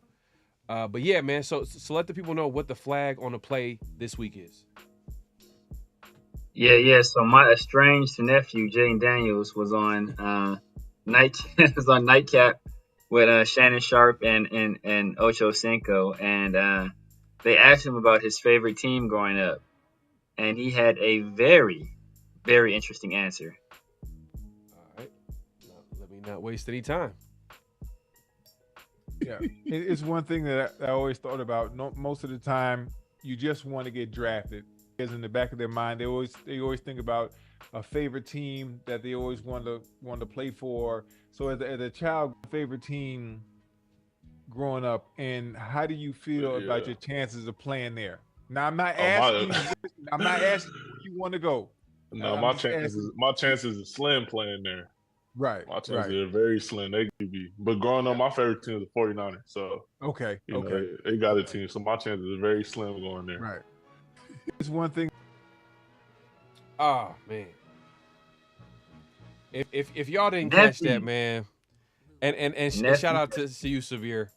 You caught this. Yeah, man. Look, Yeah, man. Apparently, Ocho Cinco had a stroke before the show because you said like. I still want Jayden Daniels to come to the Raiders, man. You know, sometimes some people, you know, they make mistakes. You know, people make mistakes. Yeah. But we're gonna call him out when we need to call him out, man. That's a flag, man. He grew up a 49er fan. Come on, man. But look. I will say this though. At least he was going against the Chiefs in the Super Bowl. You know for sure he was going against the Chiefs in the Super Bowl. That's one thing you give him credit for that. You know, he didn't win it. He went against the Chiefs. It's a lose-lose, man. That was a lose-lose. You couldn't go for the Chiefs, but you couldn't go for the 49ers. It just didn't feel like I don't even think did I watch. I don't think I even watched the Super Bowl, man. I think I took a bro. I think that's gonna make people's mind up, man. I think people are now gonna jump on the Michael Penix bandwagon. I'm still JD5, still my number one guy. Michael Penix been number 2, but I think it's gonna be a lot more people like, you know what? Penix at 13 ain't so bad. Penix at 13 ain't so bad. Hey, Raider Ray says draft Penix, man. Look, I told you. People about to hop on the bandwagon. I'm telling you. Hey, you know what? We did have a super chat, man. Hey, my guy Raider Smoke, man. He's just coming through, man. My guy Raider Smoke in the building, man. Hold on one second. Let me. He go. No, not that one. He says this was from earlier. He says for JD5, 3 first-round picks and throw in Tyree Wilson. Woo, man. That's he's giving up on. He's giving up on Tyree like that, bro. Like he's like, hey man, we don't need Tyree after 1 year recovering from that injury that he had. I mean, he's like, hey man, we got to get our franchise QB. That's the most important position. That's what I'm getting from this whole thing right here. I know some people don't want to throw Tyree Wilson in there, but what's the most important position? I mean, pass rusher is pretty a valuable position. I'm not gonna lie. Yeah. But it ain't more valuable than quarterback, man. If it's the quarterback, I'm just saying, man. I'm just saying. But Raider Smoke ain't done with it. He ain't done. He ain't done, man. Look, my guy Raider Smoke, man. Yo, man. He says Raiders Severe. I didn't know you was on that show. What you mean? That's my strange nephew, man. Like, I'm getting everybody. He's trying to. He's saying that was me. Saying that was me. That's my strange nephew, man. Everybody getting tickets, bro. Everybody. He get drafted. Everybody getting tickets, man. Everybody. I got all y'all. Hey, man. Look, if y'all don't know, man, me and Jayden Daniels have been doing this show. Like he just look under that hat. Is hair, bro. Like he's covered it up. This is like his little disguise he does every Monday. You know what I'm saying? But it's all funny, bro. Like they really history, bro. This is the Aston Kutcher about to come for the chat is undefeated. I'm just gonna say that, man. The chat is undefeated. Man, facts, man. The night crew is on all the time, man. The night crew is undefeated, man. Look, so Raider Ray, he makes a cut 3 1s and throw in Deuce Gruden. Hey, you know That's what? Like Deuce first round pitch by himself, man. Hey, you know Deuce Gruden, like he must be good at what he did. Like he survived how many different regimes? He could have been fired easily. Look, I put it like this: when we first drafted Max Crosby, who did they say they was gonna throw him in a room with? Deuce Gruden. Look at Max Crosby now. Look at Max Crosby at the combine and look at Max Crosby now. Hey man. Now that's not all due to Deuce Gruden, but you know, Deuce Gruden helped with that. You might be on to something, man. You might be on to something, man. But hey, let's not waste any time, man. Look, hey, let's get into it, man. I know the chat's going crazy. So make sure to hit that like button, man. Subscribe if you haven't subscribed. I should clock in. That's what I'm trying to say. Clock in, man. Hey, man. That's what we say on this channel, man. You clock in, and if you're on the way out, clock out, man. Hit that like button, subscribe, hit that notification bell so we keep coming back and doing this, man. We love doing this, talking Raider football. But let's not waste any time, man. Hey, man, it's notable quotables, man. Notable quotables, man. It's quotes that we find that are interesting that we want to go over and talk about. And if you want to let the people know what this next quote is going to be for the people, give them a little intro. So as we all know that right now teams are having their 30 visits, and Washington Commanders, they have the number 2 overall pick. And most people assume that they're going to use that pick on the quarterback. They took a little bit of a different route when it came to bringing those quarterbacks in for their visits. And it really ticked off the agent and potentially the player of one of those quarterbacks. Mm-hmm. All right. So this is the Schefter, right? This is Schefter, yes, sir. All right, let's hear what Schefter has to say. Oh, well, you know what? We might have to do it. We're gonna do it a different way. It's all good. Hey, gotta adapt, man. Hey, Screw you, man, but like quarterbacks, you got- man. you You know, we got gotta to adapt, gotta man. we gotta call the audible, man. If- Gotta call the audible to play. It's crazy what happens during a live show, man. Like, we were going live on Twitter. The Twitter feed went down. I don't know what happened. My guy at Tesla was like, you know what? I'm not feeling the 50-50 show today, man. I'm a 49er fan. And Elon Musk shut us down, man. Elon Musk wanted to shut down this 50-50 show, but we gonna keep going. So I'm gonna go ahead and play this clip. Hold on. 1 second. I'm over here adapting. And if you don't see everything on the screen, don't worry. Just hear the audio, man. Just hear the audio. But we're gonna play it. Notable quotables, man. Well, it didn't seem to go over too well with the agent for Jayden Daniels, Ron Butler, who sounded off on social media last night that he didn't seem particularly pleased with the process. I think Jayden Daniels thought it would be a visit with just him, meeting with the Commanders. Many people think that Jayden Daniels will wind up being the number 2 overall pick, but the Commanders essentially opened up the process. Well, it didn't seem to go over too well with the agent for Jayden Daniels, Ron Butler, who... So, Adam Schefter, he's commenting on what was going on with the Commanders. I did read something where, Jayden Daniels wasn't too happy to go talk to the Commanders, and he thought it was just going to be him, but there was other prospects there, and he just felt like, you know what, like, why y'all playing games right now? I can go anywhere I want to go, man. And I feel where he's coming from. Like, he has options. When you got options, and someone just treating you like you just the option, you're gonna be like, hey, I could take my talent somewhere else, But I think it's smoke, man. I think it's smoke. Come on, man.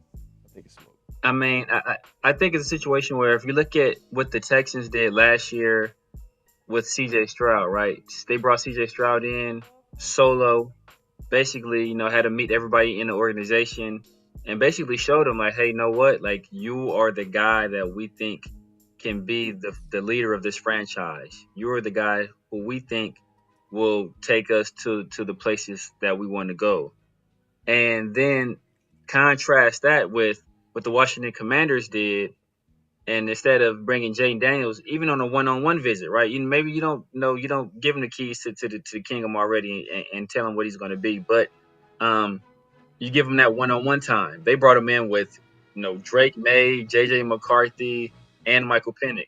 So, it's like, do you want me as a number 2 overall pick or not? Yeah, I mean, it's just one of those situations where I think that I think it's just smoke, man. I think they're gonna try to figure out a way. We're getting close to draft time. They're trying to see if they can get something.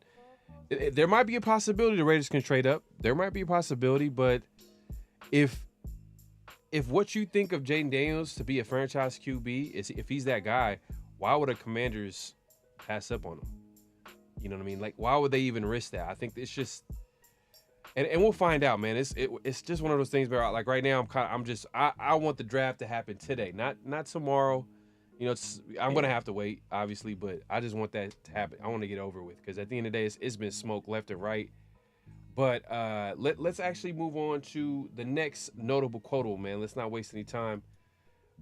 People in the chat going crazy. Make sure to clock in, hit that like button, subscribe, hit that notification bell. But let's go to the next notable quotable, and if you want to give the people the intro on this one. Yes, sir. Yes, sir. So as we all know, Tom Telesco, he had his basically pre-draft pressure today. He took questions from the Raiders media, Raiders reporters, and he has had some very interesting things to say.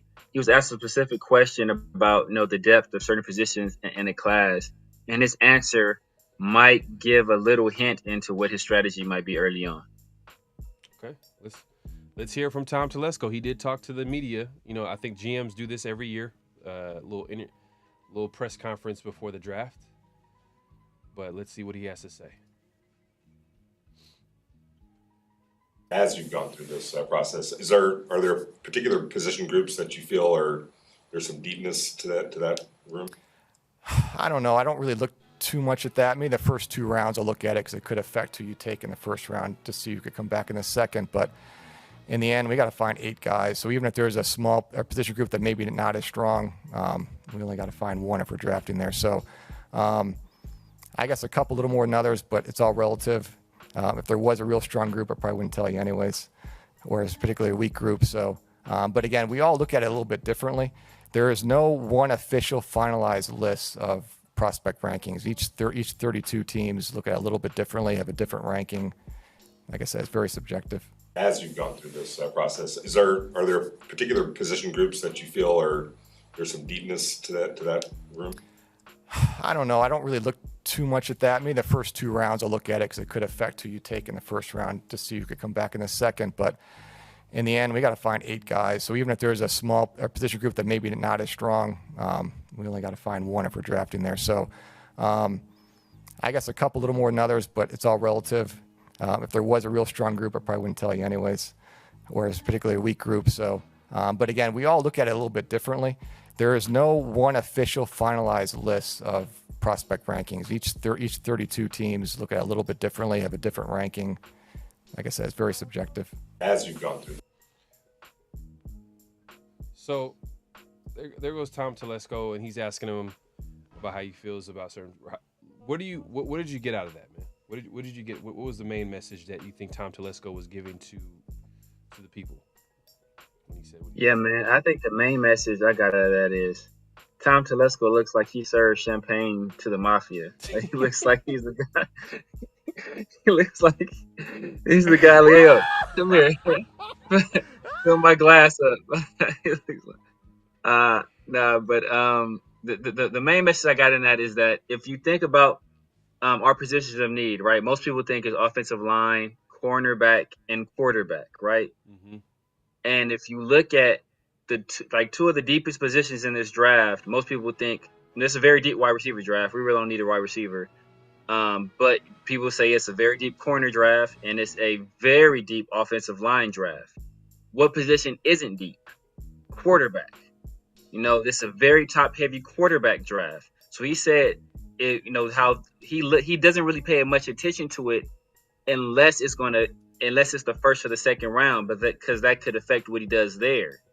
So what it's looking like is, if we're to believe what Tom Telesco is saying, Tom Telesco might be leaning toward quarterback in the first round and offensive tackle and corner later in the draft, because those positions are much deeper than what quarterback is. Yeah, and it's interesting too, because he makes a good point, man, and that's what makes the draft so interesting. It happens every year. We think that like certain prospects are going to be taken in the top 10 or top 15, top 20, but every year there's always a few guys that slide throughout the draft. That's whether it's in the first round, whether it's all the way down to later rounds. There's always going to be somebody there, so it's going to be interesting to see who those guys are. Hey man, we can tell y'all who it might be, but at the end of the day, like, we won't know until the draft. But let's keep it moving, man. Hey man, look, man, this has been a great show. Make sure to hit that like button, subscribe, hit that notification bell, man. Look, it's been a great show. We've been on here for a cool minute. We had Real Talk Raider Nation here. Obviously, we're gonna be going live in Vegas, man. Let me let the people know, man, where we're gonna be at, man. As you can see it on the screen, man, NFL Draft Party at the Ahern Hotel. Man, it's gonna be dope, man. On the 25th and 26th, which is gonna be this Thursday and Friday. Doors open at 3 p.m. Space is limited, so you want to make sure you RSVP on Eventbrite. You know, that maybe guarantee you a spot in the building. Man, it's gonna be dope, man. It's gonna be food and drink specials. It's free parking, free admission. So right there, I'm sold on that. Free parking. I hate paying for parking, man. That should be a crime. That should be a crime. That should be a law that no parking should not be charged. But it is what it is. But at the Ain't Her Hotel, you don't have to pay for parking at all. And there's gonna be raffles. It's gonna be all types of crazy stuff. And it's gonna be NFL fans, Raider fans. Hey, what happens if you're at this event and the Raiders trade up? They trade up and get their quarterback Jayden Daniels, or they somehow get a top player out of offensive line and then was able to get back into the first round and get Penix. Man, we celebrating. Man. That's cause for celebration. So hey, man, you don't want to miss it. If you're gonna be in Vegas, make sure to check it out.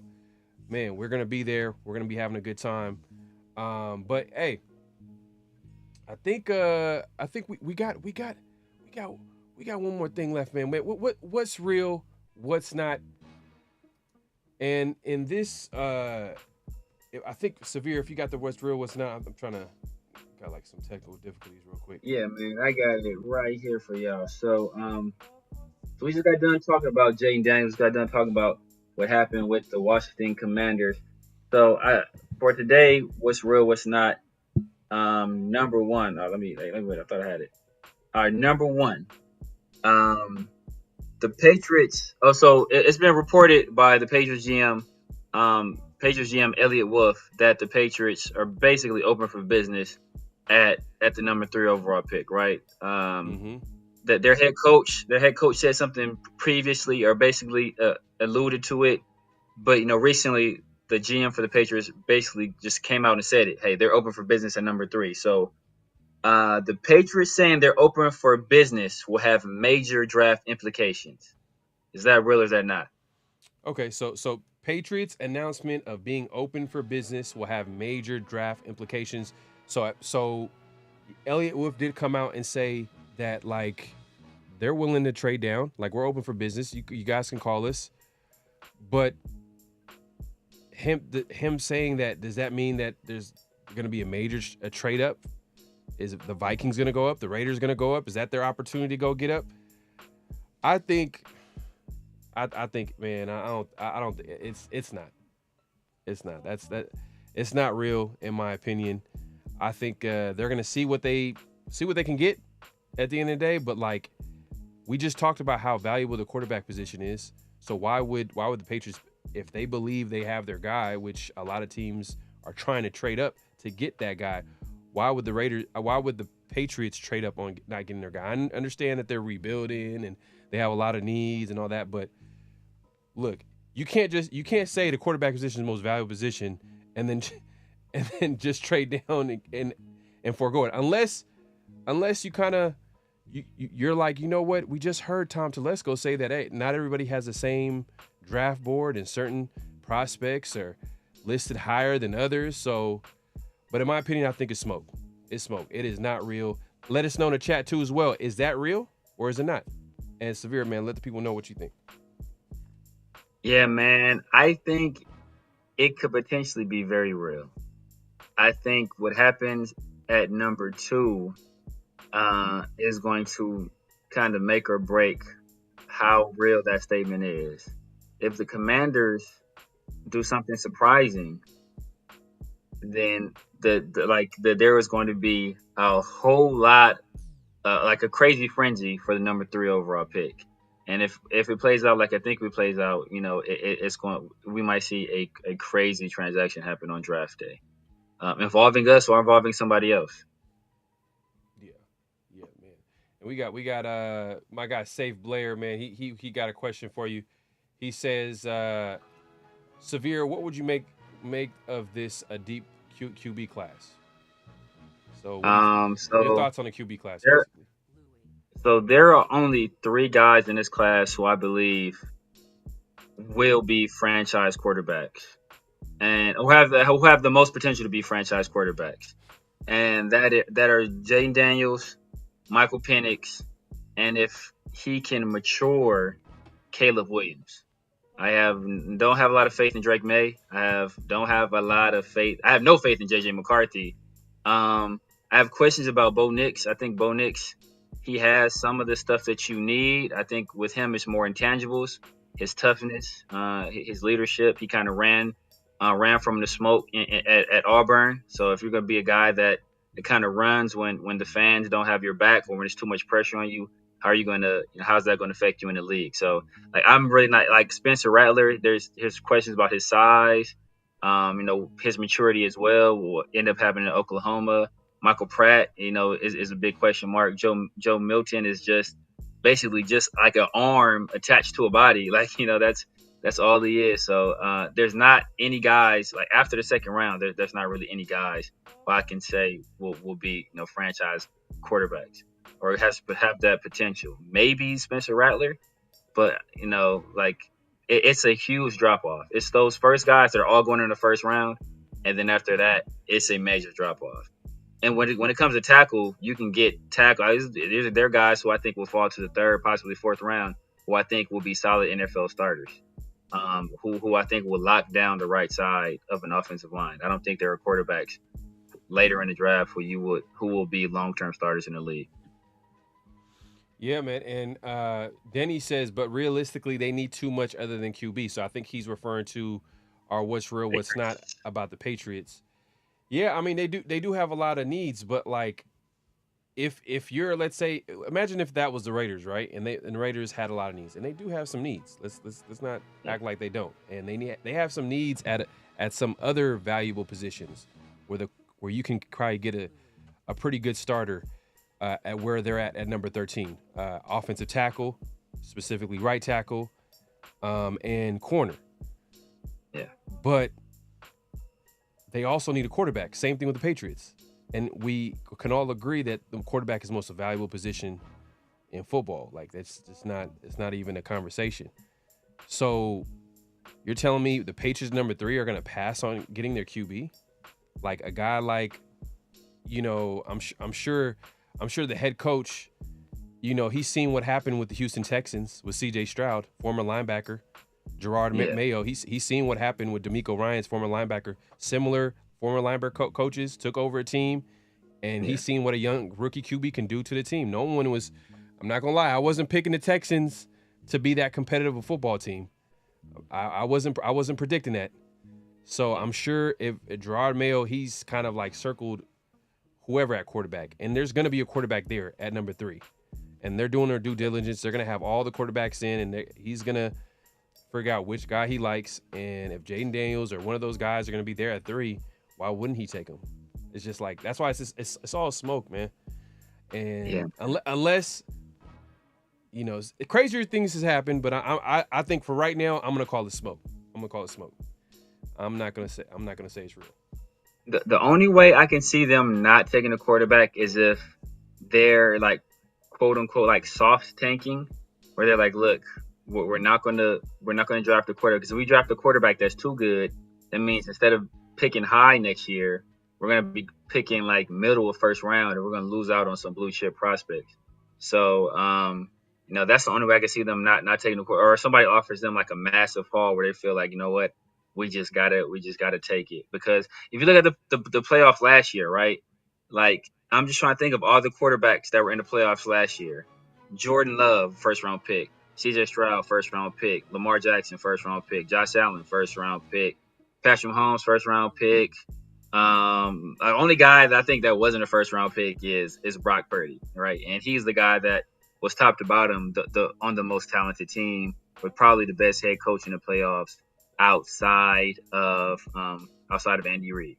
So, essentially first round picks at quarterback run the league. So, if you have an opportunity to get one of those blue chip guys, you essentially got to take them. Daniel Kim makes a good point, and that was, if you heard that clip earlier by Tom Telesco, he kind of echoes the same thing. You know, like, hey, not every team has the same draft board.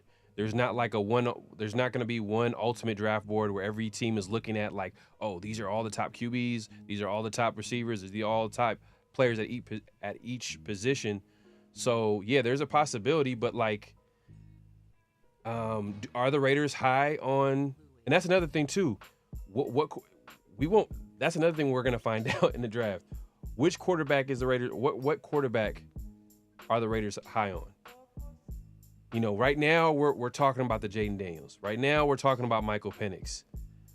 You know, is there a possibility that they might be high on Drake May? Tom Telesco, that's his guy, you know what I mean? Justin Herbert, you know, 6'5", you know, big arm quarterback, athletic. Yeah. You never know. And Tom Telesco, you know, he kind of fits that mold of quarterbacks that he's drafted. I mean, we can obviously Justin Herbert is the guy that you can easily circle as a guy that he drafted, but you know, there's a possibility. We don't know. And Tom Telesco, he hasn't really gave us a lot of, and I respect it too. He hasn't really given the media or anybody too much. That's why I was like earlier, I was like, you know, it's gonna be interesting to see what Daniel Jeremiah shows in his mock draft, because you know there's a relationship there with Tom Telesco, so he kind of knows how he thinks, and we're gonna see that mock draft, you know. And I'm not like, oh yeah, like it's so many mock drafts, like it doesn't really matter. But I'm just saying, like, he did predict the trade up. Yeah. He did predict the trade up. Yeah. But that's another thing, though. And you know, with that trade up, you look at what the Texans gave up last year. I think the Texans went from either 13 to 3 or 12 to 3. But I think they only gave up 2 firsts and like a third. But the reason they had to only give up that amount is because they weren't drafting a quarterback right there. That's why I always say, if we're going to do it, you draft Michael Penix first. If you believe Michael Penix can be your franchise guy, you draft him first. And if you want to move back into the first round for a tackle, the price to move back into the first round for a tackle is much cheaper, infinitely cheaper than the price to move back into the first round for a quarterback. Teams are going to know who you identify. If you see Michael Penix falling down the board, they're going to know off top they're targeting Michael Penix. We about to tax him. You know, if you just take Michael Penix at 13 and you move back in, you could be moving back into the first round for any number of positions, right? There are going to probably be a few tackles left. You know, Jordan Morgan's going to probably be there. Tyler Guyton's going to be there. Amarius Mims might be there. Frazier might be there. There's going to be a few tackles that could be there. So they really can't identify who you're moving back into the first round for. But if a quarterback starts sliding, teams are going to know you're moving back into the first round for a quarterback, and they're going to make you pay a premium for that position. Oh yeah, no doubt about it, man. That's the worst part of the Raiders being at 13 is like, man, they're gonna have to pay that extra tax. They're gonna have to pay that extra tax, when I say tax, I mean draft picks. Maybe even throwing a young player. There's a possibility. Someone was talking about maybe Tyree Wilson. I'm not saying that's gonna happen, but like it could. You know, it could be that the Raiders could be like, you know what, hey. We've identified our franchise QB. Mark Davis is given that whole front office the green light. You know, usually when you trade up big like that, everybody has to be on the same page. The owners, the GM, everybody has to be on the same page. And Mark Davis, he definitely wants a quarterback out there. He's out in Vegas. He wants to see a team that score points but also win ultimately. But we'll see, man, and we'll have plenty to talk about on Thursday when we go live in Vegas at the Ahern Hotel, man. Real Talk Raider Nation right here. He says, I'm back. Michael Penix, who? Laugh out loud. Thursday is going to be fun. Hey, man. Hey. I think that was a little shot right there, man. Nah, man, it's all fun and games, man. Hey, look. We appreciate everybody coming through. Make sure to hit that. Make sure to clock in, man. Hit that like button, subscribe, hit that notification bell, all that good stuff, man. We want to keep coming back and doing this, but you got to support us, man. As you see on the screen right now, we're going live on both our channels, the Severe Raider, PharoahNFL. Make sure to like both our videos, subscribe, all that good stuff, man. This has been a great show, man. We were able to talk about like this. This is the last live before the draft. The last live before the draft, possibly, maybe. Yeah. You know what I mean? Maybe possibly I might go live on Wednesday. There's a possibility I might go live on Wednesday. We'll see. We'll see if we can make that happen, man. Maybe give you a sneak preview of what's going on in Vegas, because that's when I'm going to be touching down, man. So hopefully I get to see some people in the chat that always pull up and support. And you know, it's gonna be a great time. Any last thoughts, man, Severe, man, before because I know we do have to do a mock draft coming up with a full 7-round mock draft. We had to fast forward it because we were taking our time. Last week was a 4-round mock draft. We was like, you know what, this week we gonna do a 7-round mock draft with our guy Big Mike Raider. So be on the lookout for that. But any last thoughts for the people, man? What to look forward to before the draft? Nah, man. Everybody, hey, yo, man. If you're in the Vegas area, you know, if you plan on being in the Vegas area, you know, hit us up. We'll be at the Ahern. You know, doors open at 3 p.m. We're gonna be there rocking and rolling. You know I talk a lot of trash, so if y'all wanna say something in person, man, you know that this is your opportunity. So you know, I'm gonna be there. Pharaoh's gonna be there. Raider 805 Raiders gonna be there. Plus, you know, we might have some surprise guests. We've been in contact with some people.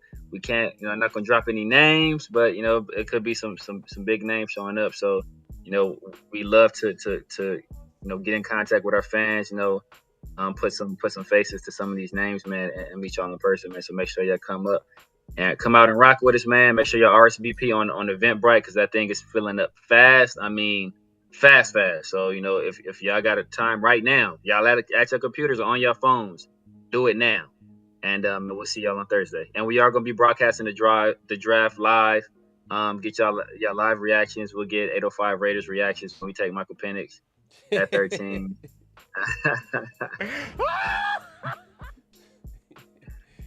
Hey, man, look, you see it on the screen, man. NFL draft party at the Ahern Hotel, man. Me and Severe, like Severe just said right now, man, we're going to be there live, man. So we're going to be going live, but also we're going to be live in person, reacting with Raider Nation, everybody. And it's not just Raider fans. It's going to be other NFL fans. So we're going to be talking some mess, you know, just a little bit, man. If we see a KC fan out there, man, we're going to talk some trash. I don't care if y'all win the Super Bowl. We still going We're still gonna talk some mess, but look, hey man, it's gonna be a great event, man, at the Ahern Hotel, April 25th, 26th. It's gonna be raffles, giveaways, food and drink specials, VIP specials, man. You want to RSVP because the space is limited. Go on Eventbrite, but hey, if you want to risk it, it's not gonna be a risk. Just show up, man. Hey man, I'm sure we'll have some space for y'all, man. We'll try to make it happen. But April 25th and the 26th is Thursday and Friday. Doors open at 3 p.m., man, in Las Vegas. So hopefully you'll be able to make it. And, man, it's going to be good to see Raider fans, man. Like, hey, look, I think I'm out here in the Bay. We still out here, but, man, I'm just tired of seeing some 49er fans. It's been some of these guys, there's some of them, like, I think you used to be a Raider fan, I think. You know, there's a couple out here. Yeah. I was like, you know what? Like, I don't know, man. Like, you wasn't a Niner fan with the one, but you know, it is what it is, man. But my guy Raider Smoke is gonna end it the right way, man. He's gonna end it the right way, man. I appreciate you, my guy. He always supported you. He said, "Great show tonight, Pharaoh and Jayden, man." Hey, man, you're gonna have that Spider-Man moment when you see Jayden Daniels in person. Y'all just gonna be staring at each other, just pointing like, "Oh, snaps." Hey man, yeah, the chat. They dying, man. They are dying. But yeah, man, shout out to Alex too, man. Shout out to Alex and the 805 Raider, man. Appreciate them both. You know, lending their expertise and their opinions to our show, man. It's much appreciated, man. Make sure everybody in the chat, if you're not subscribed to them, make sure you subscribe to them. If you're not subscribed to me, bro, what are you waiting for? You know, hit that subscribe button, hit that thumbs up, hit that notification bell. Going live Thursday for the draft. The best coverage you'll ever see in your life. Yeah, Isaac says come to LA. We might make that happen. I think next season when they play the Chargers maybe or Rams, one of those games. Yeah. I think that's a home game. You know, let's keep it real. So I think we're gonna have to make that happen. I'm in LA, so look, I'm in LA, so Hey man, that's gonna any be a LA Raider fans Nation affair. want to break bread, holla at me. Yes, sir. Yes, sir. That's gonna be fun. But that's a far away for now. Right now, we're gonna be in Vegas. So if you guys are able to come out or you're gonna be in the area, might as well come kick it with us. Have a great time watching the draft, talking mess, arguing with Severe. You know, Severe is always gonna be debating. So, but we're gonna have a great time, man. I appreciate everybody coming through, man. It's been a great show, and man. Until next time, man. Look, let me send this off the right way. I already know Severe's gonna want to say something. He always want to get the last word. What is he gonna say? Hey, look, he's speechless. Oh, I got him. He's speechless. I thought he was gonna talk some mess. I thought he was gonna say Justin Fields, but it's all good. Hey, we'll see y'all on Thursday, man. You said what? Justin Fields caught us straight today. All right, man. Be on the lookout for the mock draft, man. It's probably going to be releasing on Wednesday with Big Mike Raider, myself, and obviously the Severe Raider. And, hey, man, if y'all don't see us there, the mock draft, we're obviously going to be live in Vegas, man. And I'm actually going to put this on the screen for everybody to see one last time, man. This is what it looks like. Look, at the end of the day, look, the NFL draft party at the A&R Hotel on the 25th and 26th this Thursday and Friday, 3 p.m. start time. RSVP on Eventbrite. Man, it's going to be all types of stuff. And I'm just going to give you a little preview, man, too. Look at this, man. Come on, just come through, man. We're not lying to y'all, man. This is actually a pretty dope spot. So as you can see, man. Yeah, no doubt, man. But hey, man, until next time, man. Peace.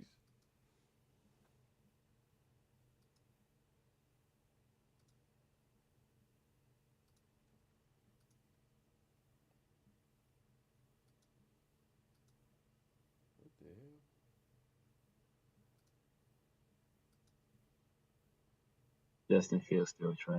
Damn.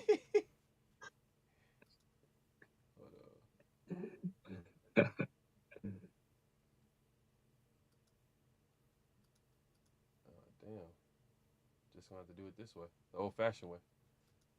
Bakugu-san, I'm a Raiders fan. I'm already in here, baby. Already in here. Hey, man, I was trying to do it the smooth way, but damn, man. All right, y'all. Peace.